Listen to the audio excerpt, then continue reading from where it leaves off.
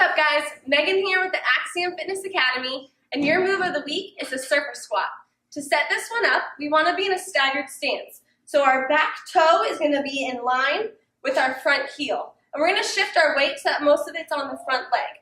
So we're wide, kind of like a squat, but not so far back that it looks like a lunge.